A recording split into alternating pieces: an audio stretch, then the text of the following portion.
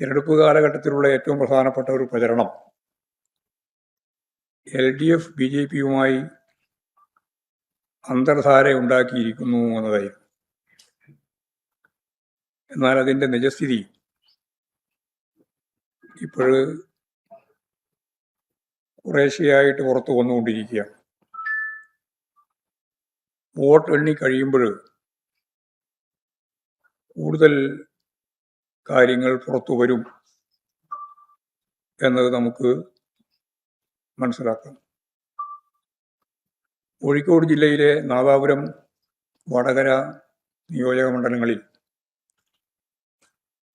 UDFന് വേണ്ടി വോട്ട് മറച്ചു നൽകിയതിൻ്റെ പേരിൽ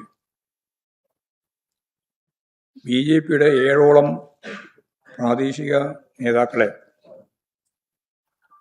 സംഘടനയിൽ നിന്ന് ഇപ്പോഴും പുറത്താക്കിയിരിക്കുകയാണ്. ഷാഫി പറമ്പിലും പാറക്കൽ അബ്ദുള്ളയുമാണ് ഇത്തരം ഒരു ഡീലിന് നേതൃത്വം നൽകിയത് എന്ന വാർത്തയാണ് പുറത്തു വന്നത്. മാത്രമല്ല, ഇതിനെ തുടർന്ന് ഈ മേഖലയിൽ സംഘർഷങ്ങൾ കുത്തിപ്പൊക്കാനുള്ള പരിശ്രമങ്ങളും നടന്നു വരികയാണ്.